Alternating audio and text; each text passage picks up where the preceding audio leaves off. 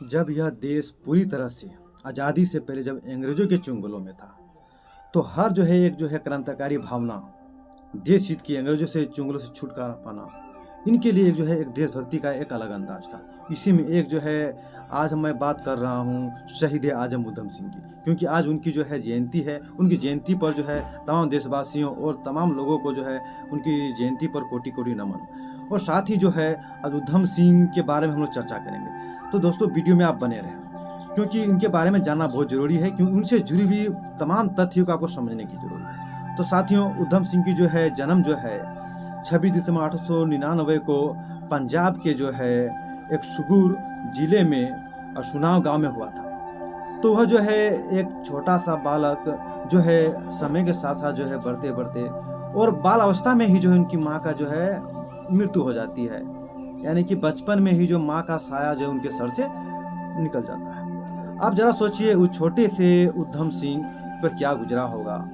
आप 5 साल का एक छोटा सा बालक जब धीरे धीरे बड़ा होते जाता है, तो लगभग उसका पिताजी के साथ धीरे धीरे बढ़ते बढ़ते बढ़ते उसके पिताजी भी उनके साथ गुजर जाता है। और जब 1917 की रूसी क्रांति के समय क्या होता है, उनका भाई की भी मृत्यु हो जाता है।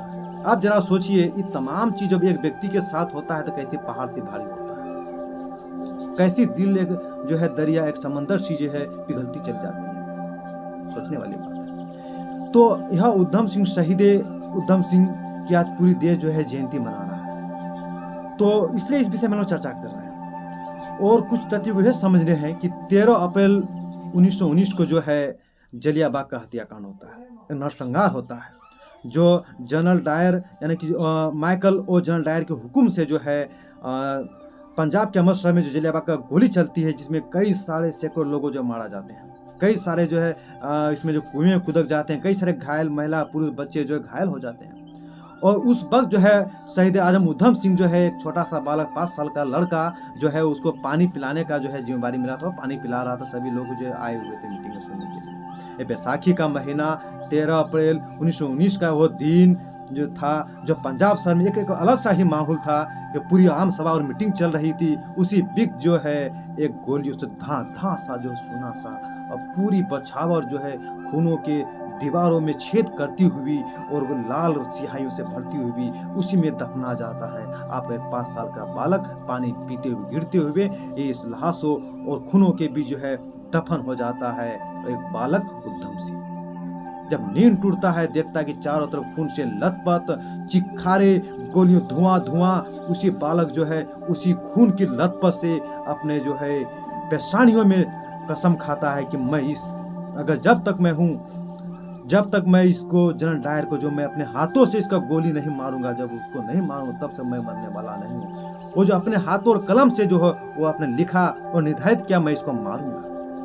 तो जनरल डायर ने धीरे धीरे बाल अवस्था से जैसे धीरे धीरे बड़ा होते गया, वो अपने संघर्ष के दौर कई सारे क्रांतिकारी से मिला।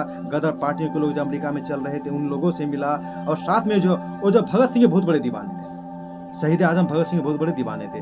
जब एक साथ लोग जेल में एक ही जगह रखा गया था, तो दोनों के वार्तालाप में उधम सिंह भगत सिंह से बड़े थे, लेकिन वो भगत सिंह को अपने गुरु मानते थे। क्योंकि भगत सिंह 1929 में असेंबली में जब बम फेंकता है तो पूरी विश्व में तहलका मचता है। और भगत सिंह कहता है कि बहरों को सुनाने के लिए जोड़ा धमाके की जरूरत है। तो यह अखबार है पूरी तरफ फैलता है। उधम सिंह को भी दिल में गहरा सा एक छाप छोड़ जाता है। वो सोचता है कि कहीं ना कहीं मैं इस तरह से मैं बनूं करूं। तो दोनों वार्तालाप और उधम सिंह एक देखिए कि भगत सिंह का एक छोटी सी फोटो अपने साथ रखता है, वो गुरु मानता है, उसके विचार से बहुत प्रभावित होता है। अब जरा देखिए, गदर तमाम लोगों से मिलते जुलते, और उधम सिंह के एक माइंड में रहता है कि उनको जनरल डायर को उनको हत्या करना है, इसको मारना है किसी भी तरह से, जैसे भी हो, इसलिए मुझे जो भी करना पड़े मैं करूंगा। तो वह दिन उनके लिए दूर नहीं होता है। जब वो दिन आता है, वो किसी अपने किसी रास्ते से वो लंदन पहुंचता है।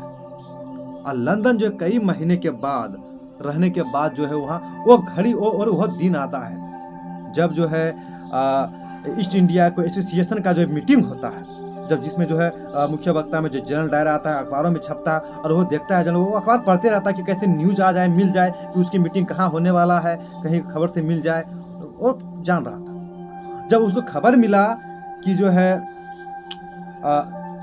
13 मार्च को 13 मार्च 1940 ईस्वी को जो है उनकी जो है एसोसिएशन में जो है मीटिंग होने वाला है।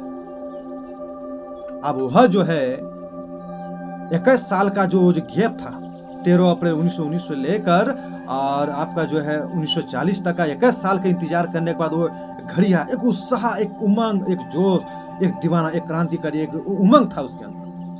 शहीद आजम उधम सिंह जब जो वहाँ अपने किताब लेकर गया और किताब में जो है किताब के अंदर जो है बंदूक रखा, उसमें 6-7 गोली फिट की और बंदूक के आकार को किताब को काट के वह जो है घेरो जैसा ब्रिटिश जैसा पहन के अपना ड्रेस कोट लगा के जो है वो पहुँचता है।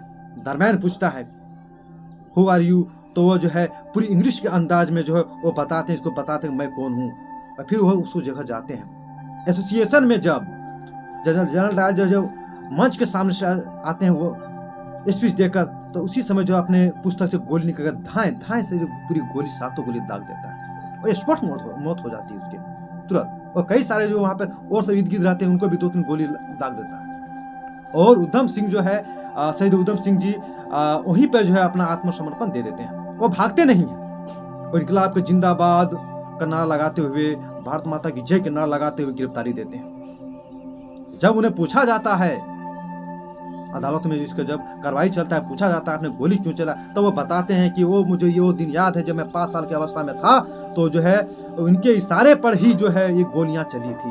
13 अप्रैल 1919 की जलियांवाला का हत्याकांड जो हुआ था, इतनी बड़ी घटना हुआ था, जो लथपथ से सैकड़ों लोगों, हजारों लोगों जब मारा गया था, कुएं में गिर गया था, नवजात बच्चे मारा गया था, क्या था उनको याद होता है।